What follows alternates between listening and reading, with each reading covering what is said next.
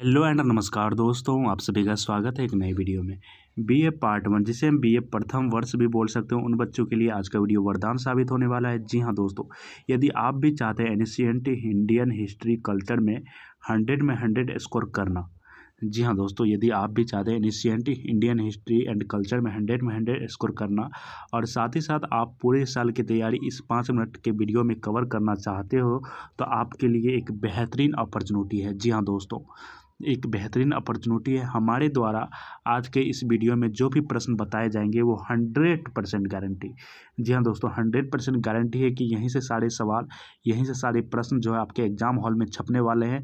इसमें कतई संदेह नहीं है, मैं लिख कर देता हूँ, ठीक है। इससे बाहर एक भी प्रश्न आपके एग्जाम में नहीं पूछा जा सकता, ठीक है। तो आइए वीडियो को प्रारंभ करते हैं। वीडियो को बिल्कुल भी स्किप मत करना और साथ ही साथ आपको किसी भी ऑनर्स पेपर या सब्सिडरी पेपर का नोट्स या सजेशन चाहिए, मुझे कमेंट बॉक्स में उसका नाम लिख कर दो। इस चैनल के माध्यम से आपको बिल्कुल फ्री में प्रोवाइड करवाए जाते, जिसके एक भी रुपए नहीं लिए जाते।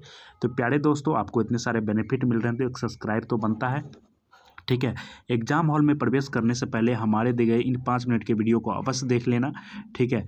एक मतलब 5 मिनट के इस वीडियो को यदि आप देख लेते हो तो आपको 100 में 100 मार्क्स अवश्य मिलेंगे, ठीक है। ये बात आप रिकॉर्ड कर लो। आइए प्रारंभ करते हैं। Ancient Indian history and culture honours paper 1 और पेपर 2 के सारे सब्जेक्टिव प्रश्न हम लोग देखने जा रहे हैं, ठीक है।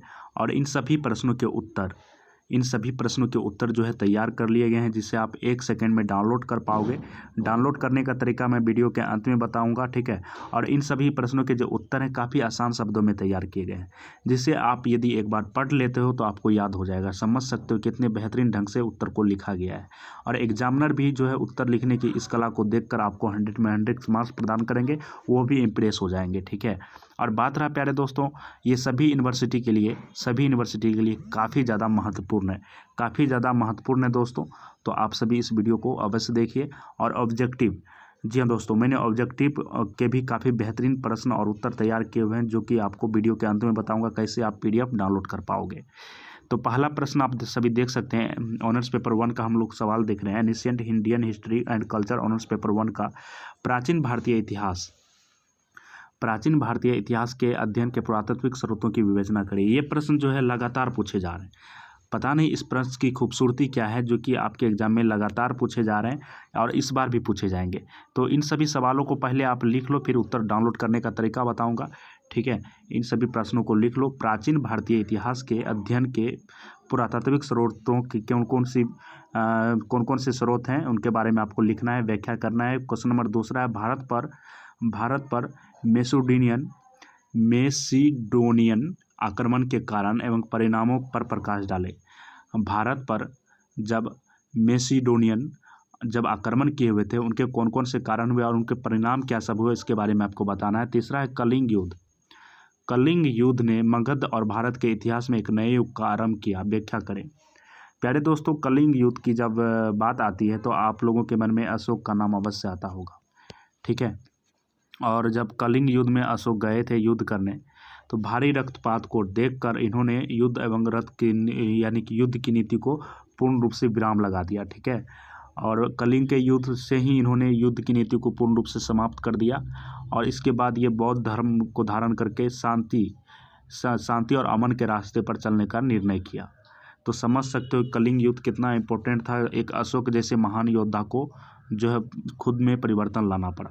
तो इसके बारे में काफ़ी बेहतरीन ढंग से आसान शब्दों में उत्तर लिखे गए हैं, आप लोग देख लेना। इसका क्वेश्चन नंबर 4 है, कनिष्क की उपलब्धियों का वर्णन करें, ठीक है। कनिष्क के शासनकाल में जो है चतुर्थ बौद्ध संगति हुआ था, ठीक है। चतुर्थ बौद्ध संगति हुआ था और इसे देवपुत्र भी कहा गया है और काफ़ी बेहतरीन शासक थे ये। इनकी कौन कौन सी उपलब्धियाँ रही हैं, इसके बारे में आपको बताना है। क्वेश्चन नंबर 5, आप क्वेश्चन सब लिखते चलिए। क्वेश्चन नंबर 5 है, गुप्त साम्राज्य। जी हाँ दोस्तों, गुप्त साम्राज्य के पतन के कारणों पर प्रकाश डालें। गुप्त साम्राज्य जो है पूर्ण रूप से फेमस था, परंतु इनका पतन हो गया। पतन होने यानी कि इनका जो है पूर्ण रूप से ये समाप्त होने के कगार पर चले गए। तो इनके कौन कौन से कारण थे, इनके ऊपर आपको यहाँ पर एक्सप्लेन करने के लिए कहा जा रहा है। क्वेश्चन नंबर 6 देख सकते हैं आप सभी यहाँ पर, हर्षवर्धन के जीवन एवं उपलब्धियों का वर्णन करें। तो हर्षवर्धन के राष्ट्रकवि थे बाणभट्ट और हर्षवर्धन के शासनकाल में एक बहुत ही मतलब एक दार्शनिक आए हुए थे, ठीक है। और हर्षवर्धन के शासनकाल में जो भी मतलब घटना हुई से काफ़ी अच्छी तरह से लिखा हुआ था वो अपने पुस्तक में, ठीक है। उस दार्शनिक का नाम था ह्वेनसांग, ठीक है, जिसे यात्रियों का राजकुमार कहा जाता है। ये 14-15 साल भारत में रहे थे और हर्षवर्धन के शासनकाल का प्रत्येक कुछ जो है अपने पुस्तक में उन्होंने लिखा। तो इसके बारे में भी आपको लिखना है। हर्षवर्धन के जीवन काल एवं उनकी उपलब्धियों का कारण बताया। प्रयागराज में जो है अभी कुंभ का मेला लगता है, ठीक है। तो कहीं ना कहीं हर्षवर्धन का ही देन था, ठीक है। इसके बाद क्वेश्चन नंबर 7 है, कन्नौज पर स्वामित्व के लिए त्रिपक्षीय संघर्ष के कारण एवं परिणामों की विवेचना करें। कन्नौज पर अपना अधिकार के लिए त्रिपक्षीय युद्ध लड़ा गया था, ठीक है। उसके कौन संग यानी कि त्रिपक्षीय युद्ध लड़ा गया था और त्रिपक्षीय यानी कि युद्ध लड़ने का कौन कौन सा वजह था और इनका आखिरकार परिणाम क्या हुआ, इसके बारे में आपको बताने के लिए कहा जा रहा है। क्वेश्चन नंबर 8वां है प्यारे दोस्तों, यहाँ पर धर्मपाल की जीवनी एवं उपलब्धियों की विवेचना करें। धर्मपाल ये बौद्ध धर्म के अनुयायी थे, ठीक है। और इन्होंने जो है नालंदा शायद विक्रमशिला विश्वविद्यालय की रचना यानी कि स्थापना करी थी, ठीक है। और ये इनकी जीवनी क्या क्या रही, इनके कौन कौन से उपलब्धि रहे, इसके बारे में आपको लिखने के लिए कहा जाता है। इसके बाद गौतमीपुत्र सतकर्णी के कार्यों का मूल्यांकन करें। गौतमीपुत्र जो है सातकर्णी जो थे उनके कौन कौन से कार्य रहे, इनके कौन कौन सी खूबसूरती रहे, उनके बारे में आपको कहने के लिए। और बात रहा यहाँ पर प्यारे दोस्तों इंडिका, फाहियान, लिच्छविन और अबाकर्मन, इनमें से किन्हीं दो पर आपको जो है टिप्पणियाँ लिखनी है। इंडिका की रचना मेगास्थनीज के द्वारा करी गई थी, ठीक है। इंडिका की रचना जो है क्या कहते हैं मेगास्थनीज के द्वारा की गई थी। और फाहियान एक मतलब दार्शनिक ही बोल सकते हैं, एक राजदूत, ठीक है, जिन्होंने भारत में यात्रा करी थी और शायद विक्रमादित्य द्वितीय के शासनकाल में आए हुए थे। और लिच्छवी एक राष्ट्र संघ है। और अरब आक्रमण के बारे में थोड़ा आपको लिखना है। तो प्यारे दोस्तों आप इनमें से दो को चूज करके आप टिप्पणियाँ लिख सकते हो, ठीक है। इसका तो मैंने ऐसे उत्तर बना लिया है, PDF के फॉर्मेट में आप डाउनलोड कर लेना। उम्मीद करता हूँ आप सभी इन प्रश्नों को बारीकी से लिखते जा रहे होंगे। Ancient Indian history honours paper 2 का हम कुछ लोग क्वेश्चन देखते हैं यहाँ पर। पहला प्रश्न है आपका, प्राचीन भारतीय सामाजिक इतिहास के अध्ययन के लिए साहित्यिक स्रोत के महत्व का उल्लेख करें। जैसे हम लोग अभी भी हम लोग प्राचीन इतिहास के बारे में जान रहे हैं, क्यों जान रहे हैं, इसके कौन कौन से स्रोत हैं। हम प्राचीन भारतीय इतिहास को जान रहे हैं यानी कि सामाजिक प्राचीन भारतीय इतिहास की जो सामाजिक व्यवस्था थी उसके बारे में जो अध्ययन कर रहे हैं, कौन कौन से स्रोत रहे हैं, अध्ययन करने की कौन सी कड़ी रही है ताकि हम उसका अध्ययन कर रहे हैं, उसके साहित्यिक स्रोतों के महत्व को यहाँ पर उल्लेख करने के लिए कहा जा रहा है। क्वेश्चन नंबर 2 है, भारत में प्रचलित वर्ण व्यवस्था के गुण दोषों आलोचनात्मक परीक्षण करें। क्वेश्चन नंबर 3, एक सामाजिक संस्था के रूप में विभिन्न प्रकारों के विवाह की समीक्षा करें। एक सामाजिक संस्था के रूप में विभिन्न प्रकार के विवाह आप लोगों को पता होना चाहिए कि कुल मिला के 8 विवाह होते हैं। फिलहाल अभी नाम याद नहीं आ रहा है, परंतु मैं कुछ बता देता हूँ। गंधर्व विवाह, असुर विवाह, देव विवाह, इसके बाद और भी बहुत सारे विवाह हैं। इसका मैंने उत्तर में सारा एक्सप्लेन किया हुआ है, आप डाउनलोड करके देखना। इसके बाद प्यारे दोस्तों क्वेश्चन नंबर 4 है आपका, प्राचीन भारत में दासों की स्थिति का परीक्षण करें। प्राचीन भारत में जो भी दास थे, जैसे आप नौकर बोलते हो अभी के समय में, उनकी स्थिति क्या थी इसके बारे में आपको बताने के लिए कहा जा रहा है। क्वेश्चन नंबर 5 है, प्राचीन भारत में प्रचलित छुआछूत के प्रभावों का वर्णन करें। देखिए छुआछूत की व्यवस्था जो है अभी भी आपको कहीं ना कहीं देखने को मिलेगा, ठीक है। ये छुआछूत जो है अभी तो मतलब 10% देखने को मिलेगा आपको। पहले क्या था, 100 में 100% छुआछूत का मतलब देखने को मिल रहा था, ठीक है। यदि कोई शूद्र जात किसी बड़े कास्ट में अपना कदम रखे तो जहाँ पे ये कदम रखता था वहाँ का मिट्टी को काट दिया जाता था। तो समझ सकते हो किस प्रकार, जिस कुआं में वो पानी पीता था जो छोटी जात, उस कुएं का पानी आदमी पीना बंद कर देता था। तो छुआछूत का मतलब कुछ एक कहीं ना कहीं खुमार चढ़ा हुआ था। तो इस प्रचलित छुआछूत की व्यवस्था को अब पूर्ण रूप से समाप्त किया जा चुका है, ठीक है। परंतु प्राचीन भारत में जब आप जाओगे, प्राचीन भारत को जब आप पढ़ोगे तो उसमें जो है छुआछूत के बारे में आपको काफ़ी कुछ देखने को मिलेगा।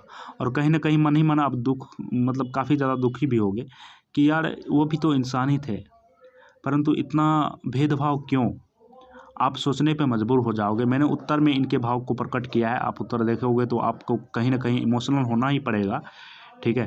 क्वेश्चन नंबर ग्रुप बी में हम लोग आते हैं। ग्रुप बी में आप यहाँ पर देख सकते हो, ठीक है। ग्रुप बी में कहा गया है, 6ठा नंबर क्वेश्चन है, प्राचीन भारत में करारोपण व्यवस्था के इतिहास को चित्रित करें। क्वेश्चन नंबर 7वां है मौर्य काल के व्यापार एवं वाणिज्य में श्रेणी के महत्व का वर्णन करें। क्वेश्चन नंबर 8वां है आपका प्राचीन भारतीय अर्थव्यवस्था में कृषि के योगदान का मूल्यांकन करें। क्वेश्चन नंबर 9 कह रहा है आपको कि प्राचीन भारत में अंतर्राष्ट्रीय व्यापार के इतिहास को चित्रित करें। क्वेश्चन नंबर 10 है आपका प्राचीन भारत के उद्योगों के विकास का परीक्षण करें। उम्मीद करता हूं आप सभी इन प्रश्नों को लिख लिए होंगे, परंतु यदि नहीं लिखे तो कोई बात नहीं, स्क्रीनशॉट ले सकते हो। आप सभी स्क्रीनशॉट लेने में भी कहीं ना कहीं प्रॉब्लम है, तो आप क्या करो, मैं अभी आपको बता देता हूं क्वेश्चन सहित उत्तर कैसे आप डाउनलोड कर पाओगे। इनका तरीका मैं बेहतरीन ढंग से आप सभी छात्रों को बता देता हूं ताकि आप 1 सेकंड में डाउनलोड कर पाओ। तो प्यारे दोस्तों, उम्मीद करता हूं आप लोगों को ये सभी प्रश्न यदि आप देख लेते हो तो आपके एग्जाम में इससे बाहर एक भी प्रश्न नहीं बनेंगे। ठीक है, एक भी प्रश्न नहीं बनेंगे और आप भी 100 में 100 करके स्कोर करके आओगे और कहीं ना कहीं हमारे चैनल के बारे में आप किसी दूसरे से भी शेयर करोगे, और शेयर करना पड़ेगा क्योंकि यहीं से सारे प्रश्न बनेंगे। तो मैं आंसर को डाउनलोड करने का तरीका बता देता हूं आप सभी को। ठीक है, सभी छात्रों के फ़ोन में गूगल तो होगा ही, गूगल पे आपको सर्च करना है TWS रिजल्ट। और प्यारे दोस्तों, मैं जो प्रश्न दे रहा हूँ यही प्रश्न आपके एग्जाम में हूबहू छपने वाले हैं, ये हमारा 100% गारंटी है। तो आपको TWS रिजल्ट सर्च कर देना है गूगल पे जाके, थोड़ा सा नीचे स्क्रॉल करोगे, नीचे स्क्रॉल करने के पश्चात यहाँ पर आपको थोड़ा देख सकते हैं, यहाँ पर इंडिया ऑल यूनिवर्सिटी प्रीवियस। तो प्यारे दोस्तों, यहाँ के इंडिया के जितने भी यूनिवर्सिटी हैं उसके क्वेश्चन बैंक तो मिलेंगे ही, और यहाँ पर सभी ऑनर्स पेपर के सजेशन और वहीं सब्सिडरी पेपर के सजेशन साथ में आंसर भी देखने को मिलेंगे। तो आप लोगों को क्या करना है, क्वेश्चन के साथ साथ आंसर भी डाउनलोड कर लेना है। तो ठीक है, तो आप किसी भी यूनिवर्सिटी को क्यों नहीं, ये जो देख रहे हो हिंदी में प्यारे प्यारे शब्दों में जो लिखा गया है ये आपको यहाँ पर डाउनलोड करने का तरीका बताया गया। तो इसको पढ़ के आप इजीली मेथड से डाउनलोड कर सकते हो। टेलीग्राम भी ज्वाइन कर लेना ताकि आपके मन में कोई तरह के सवाल हो तो मुझे कॉमेंट करके बताना। तो यहाँ पर ये सारे जो है बताए गए हैं कैसे आप डाउनलोड कर सकते हो। जैसे कि कुछ बच्चे यूपी के हैं, कुछ झारखंड के हैं, कुछ बिहार के हैं। तो बिहार के जितने भी यूनिवर्सिटी हैं, यूपी के जितने भी यूनिवर्सिटी हैं, उन सभी यूनिवर्सिटी के यहाँ पर आपको क्वेश्चन बैंक तो देखने को मिलेंगे ही, साथ ही साथ यहाँ पर पार्ट 1, पार्ट 2, पार्ट 3 के सजेशन और साथ ही साथ नोट्स, इसके बाद यहाँ पर और भी बहुत सारे बेनिफिट देखने को मिलेंगे। तो यहाँ पर फाइनली आप क्लिक करके डाउनलोड कर सकते हो बच्चों। ठीक है, डाउनलोड कर सकते हो। तो फाइनली आप लोग जल्दी से जाइए गूगल पे और सर्च कीजिए और डाउनलोड वाले ऑप्शन पर क्लिक करके डाउनलोड कर सकते हो। तो इतने सारे बेनिफिट मिल रहे हैं तो सब्सक्राइब करना बनता है यार। मिलते हैं नेक्स्ट वीडियो में। Thanks for watching, bye bye, take care.